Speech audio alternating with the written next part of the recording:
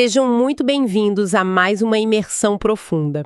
Hoje a gente vai sacudir um pouco as bases daquilo que a gente acha que sabe sobre o passado. Com certeza. É um tema que mexe com muitas certezas. Pois é. Sabe, normalmente quando se pensa em arqueologia, vem logo à mente uma imagem muito cinematográfica, né? E de certa forma, muito limpa e reconfortante. Aquela coisa do Indiana Jones ou do pesquisador super cuidadoso. Exato. A imagem daquela pessoa com um pincel minúsculo, tirando a poeira de um pedaço de cerâmica no meio do deserto, revelando uma verdade objetiva que estava ali, adormecida, só esperando para ser descoberta. É como se a Terra fosse um grande diário neutro, digamos assim. E o pesquisador estivesse apenas virando as páginas e lendo em voz alta para nós. E olha, essa é uma imagem poderosa porque ela nos dá segurança.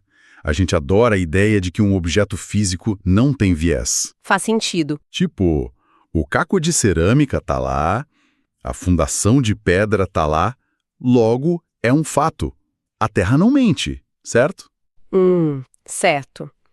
Mas a gente sabe que não é bem assim. É. O problema começa de verdade quando a gente analisa quem está segurando o pincel. E, principalmente, o que essa pessoa já tinha na cabeça antes mesmo de fincar a pá no chão. Nossa, e é justamente essa a nossa missão hoje. Vamos investigar como as lentes teóricas e científicas que usamos para estudar a história podem, ironicamente, distorcer, silenciar ou até apagar realidades vibrantes de populações inteiras. É um assunto pesado, mas super necessário. Muito. Para fazer isso, nós mergulhamos em duas fontes fascinantes que, apesar de separadas por décadas, conversam de um jeito explosivo. Explosivo é a palavra certa. De um lado, temos trechos de Arqueologia da Violência, Ensaios de Antropologia Política, uma obra clássica do antropólogo francês Pierre Clastres, com textos publicados ali entre 1969 e 1977. Um material fundamental. E do outro, batendo de frente com a arqueologia moderna, um artigo acadêmico brasileiro de 2018, super contundente, chamado As Cumplicidades Racistas da Arqueologia. Bom, antes de darmos o primeiro passo nesse debate, é fundamental a gente fazer um aviso de imparcialidade para quem nos ouve. Claro, muito importante. Os dois textos que estruturam a nossa conversa de hoje carregam críticas sociais, históricas e institucionais fortíssimas.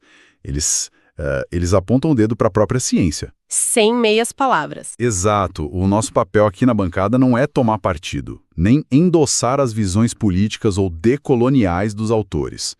Nosso objetivo é dissecar essas ideias provocativas, entender a lógica por trás delas e relatá-las exatamente como foram propostas no material original. Para que a audiência possa, claro, tirar as próprias conclusões. O recado está dado. Perfeito. Então, vamos começar pelo começo? Para a gente entender onde a prática de cavar a terra dá errado, precisamos olhar para o preconceito teórico que contaminou a ciência lá na base, na prancheta de desenho mesmo. Que é onde o problema realmente nasce. Sim. E é aqui que o Pierre Clastres entra com uma verdadeira voadora nas ciências humanas. O material mostra que a filosofia da história, a ciência política e até a antropologia clássica sempre olharam para as chamadas sociedades primitivas através de uma lente muito específica, a lente da ausência. A lente da falta, né? Isso. Basicamente, o europeu olhava para esses grupos, não via um rei, não via um parlamento, não via impostos sendo cobrados e decretava: eles são sociedades sem Estado. O que é fascinante aqui é a virada de chave que o Clastres propõe. Porque pensa bem, quando se define algo pelo que falta ele, já se está assumindo que existe um modelo padrão. O ideal a ser alcançado. Exatamente. E que aquele grupo falhou em alcançá-lo. A ciência europeia tratava o Estado, essa mega estrutura de governo, como uma fatalidade. Como o destino final e inevitável de toda e qualquer aglomeração humana. Como se todo mundo tivesse que chegar lá. Sim. E o Clastres recusa isso de forma categórica. Ele diz que essas sociedades não desconhecem o Estado porque estão atrasadas. Ele arranca o rótulo de carência e, no lugar, carimba o rótulo da plenitude. Uau! Plenitude. É. A tese dele é que não falta nada a elas. Elas apenas operam sob uma lógica de organização que ativamente impede a formação de um poder coercitivo. Certo, vamos desdobrar isso para ficar bem visual para o pessoal que está acompanhando. É como se a gente olhasse para uma bicicleta em perfeito estado de funcionamento. Boa analogia. Ela tem pedais, tem corrente, te leva para onde você quer ir. Aí chega um analista europeu, olha para a bicicleta e diz: nossa, que tragédia, esta é uma moto inacabada. Tadinha da bicicleta. Pois é, tadinha, ainda não desenvolveu um motor. Mas a bicicleta não quer ser uma moto. Ela tem a própria lógica de plenitude dela. Exato. É uma presunção gigantesca da chamada razão europeia achar que o mundo inteiro quer ou precisa chegar exatamente ao mesmo destino que eles. Essa analogia capta o espírito da coisa perfeitamente. Quando a etnologia clássica chama a bicicleta de moto sem motor, ela aplica um prejuízo. Um pré-juízo. Literalmente um julgamento prévio. Isso. E o texto de Clastres usa exatamente essa expressão.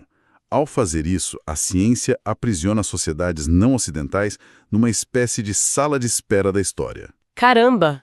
Sala de espera da história é forte. A narrativa oficial vira a seguinte: eles estão ali sentadinhos, aguardando o momento em que vão finalmente evoluir e desenvolver um estado de verdade. E isso acaba justificando todo tipo de intervenção, né? Porque, afinal, o colonizador estaria apenas ajudando o outro a acelerar sua evolução natural. Precisamente. É a justificativa perfeita para o domínio. Ok, eu entendo como a teoria política pode ser preconceituosa. A gente consegue visualizar isso nas ideias. Mas vamos sair das bibliotecas e ir para o campo, para a sujeira, para a terra. Vamos lá. É aí que o artigo de 2018 joga um balde de água fria gigantesco. Os pesquisadores trazem uma perspectiva muito dura sobre as origens da própria arqueologia. É uma história bem menos romântica do que a gente imagina. Muito menos. Eles lembram que essa disciplina não nasceu de uma vontade pura e nobre de entender a humanidade. Ela nasceu, em grande parte, nos chamados gabinetes de curiosidades dos séculos XVIII e XIX. Isso tem um peso imenso. A arqueologia servia à nobreza e à burguesia que queriam ostentar coisas exóticas, basicamente. Colecionadores de bizarrices. Era um instrumento de imperialismo. Serviu também para criar mitos de origem para os estados-nação europeus. E quando essa ciência, já com essa bagagem pesada, chega às Américas, ela traz regras muito claras sobre o que é ou não digno de ser estudado. E o artigo dá um exemplo que é de cair o queixo. Tem uma definição acadêmica citada no texto que diz que a arqueologia histórica nas Américas é frequentemente balizada pela chegada do europeu. Ou seja, ignorando tudo antes disso. Exato. A partir de 1482, usando documentos escritos europeus para guiar as escavações. Isso apaga milênios de presença indígena num estalar de dedos, como se fosse, sei lá, pré-história. É um apagamento sistemático. E o texto traz uma citação que dá um nó no estômago. Um renomado profissional da área chegou a dizer, em tom de deboche, que o melhor curso de arqueologia no Brasil seria o aeroporto. Nossa, essa dói de ouvir. Uma forma brutal de dizer que não tem nada que preste no nosso chão. Se quiser ver história de verdade, pegue um avião para a Europa. Essa mentalidade do aeroporto é a pura manutenção do pensamento subserviente. Ela invisibiliza totalmente as formas de articulação social e de resistência das populações que já estavam aqui ou que foram trazidas à força da África. Aqui é que a coisa fica realmente interessante. Porque eu imagino alguém ouvindo isso e pensando o mesmo que eu pensei num primeiro momento. O que você pensou? Espera um pouco. O arqueólogo lida com restos de fogueira, lida com ossos, com pedras. A gente começou esse papo falando que a Terra não mente.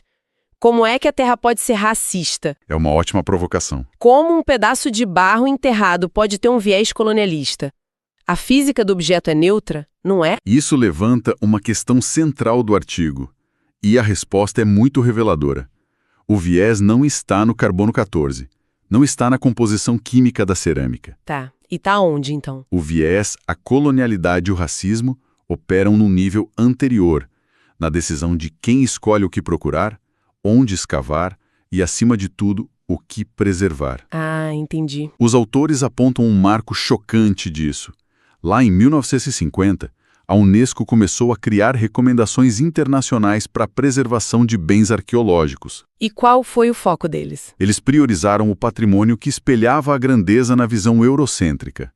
Grandes templos, cidades históricas de pedra, monumentos estatais enormes. Então, pera. Enquanto isso, lugares de memória vitais no Brasil, como as senzalas e os quilombos, simplesmente não existiam nessas recomendações. Não existiam. A máquina institucional decidiu que aquilo não era patrimônio da humanidade. Ou seja, a escolha de onde passar o trator e onde colocar uma redoma de vidro é puramente uma escolha política. Totalmente política. O negro e o indígena foram tratados como povos sem uma história que merecesse ser guardada. Então, se a gente pensar bem, se a história oficial, aquela escrita nos relatórios governamentais e guardada 7 chaves nas bibliotecas nacionais, ignorou solenemente essas populações, para onde a gente corre. Essa é a grande questão metodológica. Onde repousam essas narrativas? O artigo faz um movimento muito poético aqui e introduz a figura dos alfarrábios. É uma sacada brilhante do texto, porque hoje em dia, se a gente falar alfarrábio, muita gente pensa direto em sebo, né? Sim, naquele livro velho com cheiro de mofo. Exato. Caindo aos pedaços e sem muito valor comercial. Mas a etimologia da palavra, que os autores resgatam lindamente, é de uma riqueza imensa. O termo vem de Abu Nasr al-Farabi, um filósofo muçulmano que viveu lá pelo século X. E olha o currículo desse cara. A gente está falando de um intelectual que lia Aristóteles, Platão, estudava matemática, política e alquimia com base em autores gregos e africanos. Tudo isso num momento em que grande parte da Europa Ocidental estava patinando na Idade Média. Exatamente. O conhecimento circulava pelo mundo islâmico e africano muito antes de voltar traduzido para a Europa. Então a palavra alfarrábio carrega essa aura mística. É um conhecimento denso, profundo, mas que frequentemente circula à margem da alta cultura oficial validada pelo Ocidente. E os autores usam o alfarrábio como uma metáfora sensacional de como buscar a história das populações oprimidas. A ciência tradicional é obcecada pela prova escrita. Se não está no papel, não aconteceu. Isso. Mas quem produzia a prova escrita nos séculos passados? O grupo dominante. Era o diário do fazendeiro, o livro contábil do senhor de escravos, o registro oficial do império. A prova escrita valorizada pela ciência é, no fim das contas, o recibo do opressor. Recibo do opressor, é exatamente isso. A